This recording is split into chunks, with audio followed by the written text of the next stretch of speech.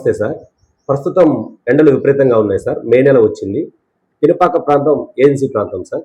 ఇక్కడ తాగునీటి సమస్య తీవ్రంగా ఉంటుంది సార్. అట్లాంటి ప్రాంతాల్లో మీరు ఎటువంటి చర్యలు తాగునీటి పరంగా తీసుకుంటున్నారు అందించడానికి? ముఖ్యంగా ఈ ప్రతి సంవత్సరం కూడా ఎండాకాలంలో తాగునీటి ఎద్దడి ఉంటుందనే ఆలోచనతో నేను జాయిన్ అయిన ఈ 2.5 ఇయర్స్‌లో దాదాపు 12 బోర్లు ఏపించాం కొత్తవి. ఎందుకంటే ముందస్తుగానే ఎక్కడైతే నీటి ఎద్దడి ఉన్నదో అక్కడ కొత్త బోర్లు ఏపించడం జరిగింది. అట్లనే ఇప్పుడు ఒక 2, 3 బోర్లు కొత్తవి ఏయాల్సినవి ఉన్నది. బోటిగూడెం కానివ్వండి, పిట్టతోక కానివ్వండి, టేకులగూడెం కానివ్వండి.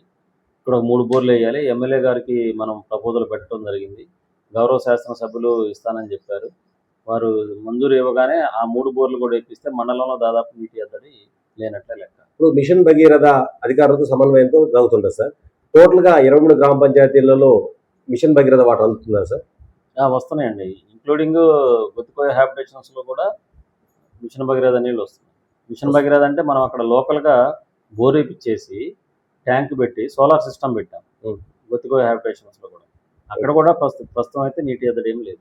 ఇప్పుడు మనం అంటే మీరు వచ్చిన కొత్తలో సార్ చాలా ప్రాంతాలు చెరువులో నీళ్ళు తోడుకునే పరిస్థితి మనం చూస్తున్నాం సార్. ఇప్పుడు ఆ పరిస్థితి ఏమైనా గ్రామాల్లో మీరు గుర్తించారా సార్ మీ సెక్రటరీల ద్వారా?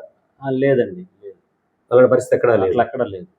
ఒక రెండో సార్ ఇప్పుడు వేసవిలో కూడా ఎక్కువగా మీరు సెక్రటరీ ద్వారా ప్రజలకు అవగాహన చేసే కార్యక్రమాలు ఉంటాయి సార్. ఉపాధి హామీ పని కూడా మీ పరిధిలోకి వస్తుంది.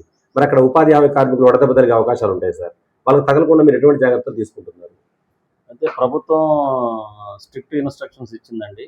ఉపాధి హామీ కూలీలకి కూల్ క్యాన్లు పెట్టాలి. తర్వాత మెడికల్ కిట్, మెడికల్ ఎయిడ్ ఉండాలి. తర్వాత ప్రతి ఉపాధి హామీ పని జరిగే ప్రదేశంలో టెంట్ కూడా ఏర్పాటు చేయడం జరుగుతుంది. అది గవర్నమెంట్ స్ట్రిక్ట్ ఇన్స్ట్రక్షన్స్ ఉన్నాయండి. ఎవరైతే ఎక్కడైతే ఈ ఈ ఏర్పాట్లు చేయరో ఆ సెక్రటరీల మీద ఖచ్చితంగా చర్య తీసుకోమని కూడా ప్రభుత్వం చెప్పింది. ఇక రెండో సార్ ఇక్కడ వేసవిలో వస్తే మీకు నర్సరీలు పెంచాలని సార్. మీరు చాలా చోట్ల నర్సరీలు ఏర్పాటు చేశారు. ఆ నర్సరీలకి వాటర్ సౌకర్యం చాలా ఉందా సార్ అక్కడ అన్ని చోట్ల? నీరు అందుబాటులో ఉన్న దగ్గర నర్సరీలు పెట్టాము. ఇప్పుడు అక్కడ మొక్కలు అన్ని రకాల మొక్కలు అందుబాటులో ఉన్నాయి సార్. Thank you sir.